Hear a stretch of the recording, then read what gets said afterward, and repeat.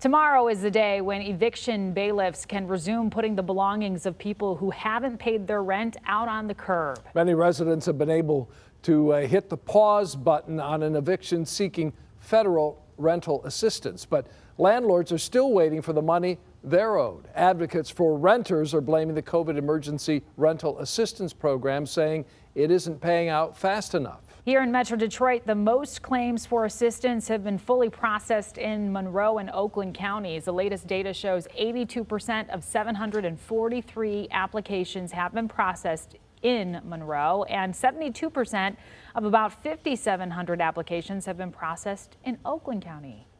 Typically, when there's past due rent, there's uncomfortable feelings on both sides. So we do find that once we start working with both parties, for the most part, both parties are really willing and open to work together to get that arrearages paid out. However, that's not the case in Wayne County. The latest data shows over 27,000 people have applied for federal rental assistance, but only 26% of those applications have been processed. Tonight, 7 Action News reporter Kim Craig is going in depth, taking us inside eviction court and sharing some crucial advice from the chief judge himself. If you're facing eviction right now, it's not too late to be your best advocate, but you can also be your worst. Ms. McGarry, are you laying down in bed? Because that's not appropriate for court. No doubt 36th District Court Judge Jacqueline McClinton sees a lot in eviction court, but the focus now is helping people stay in their homes and helping landlords get the rent money they're owed. And in Michigan, much of that is happening through hundreds of millions of dollars in federal money for COVID emergency rental assistance, or SARA. Ms. McGee, have you already applied for SARA funding, or do you need to get that process started?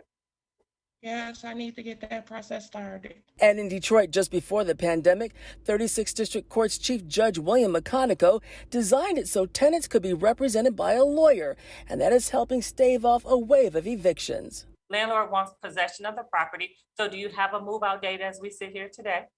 No, ma'am. What you're seeing more of are termination of tenancy cases where the landlord simply doesn't want the tenant to be a tenant anymore. River House versus Myron Dale and all other occupants. This is a termination of tenancy case, a subsequent hearing. So does your client have a move out date? No, Your Honor, we entered into an agreement with SARA where the landlord received $25,000 on July the 1st. In Wayne County, a man who was an eviction bailiff himself received that $25,000 in federal funds through SARA to pay his rent here at River House in Detroit. The attorney for the property owner says he still owes about $30,000.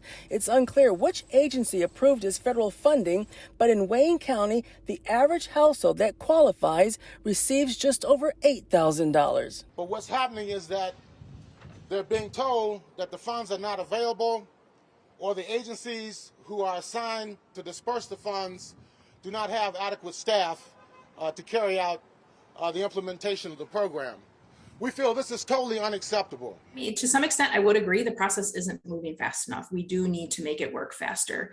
Kelly Rose oversees SARA, the COVID emergency rental assistance program for the state, and she says dispersing the funds in Wayne County, including Detroit, is taking longer than usual, mostly because of the volume of applications. The latest numbers show the agencies in Wayne County have only been able to process 26% of the applications they've received. About 80% of our counties are processing applications in less than 5 weeks. Mia Harnos is the Chief Strategy and Innovation Officer for the Wayne Metro Community Action Agency, one of the many organizations across the state processing applications for SARA's rental assistance money. In July, we distributed 10 million. In August, we distributed 20 million. Harno says they've hired on additional staff working holidays and overtime to help people because they're receiving an average of 30,000 calls a month about rental assistance. Wayne Metro, we recognize the dire situation. We recognize the need. We hear and see it every day. We are a 6-day-a-week now operation. People have to stop being afraid to come to court. And that's the biggest reasons for the evictions that are going to go is going to be because of defaults. And for a list of organizations near you who can help you with rental assistance, we'll have a link on WXYZ.com.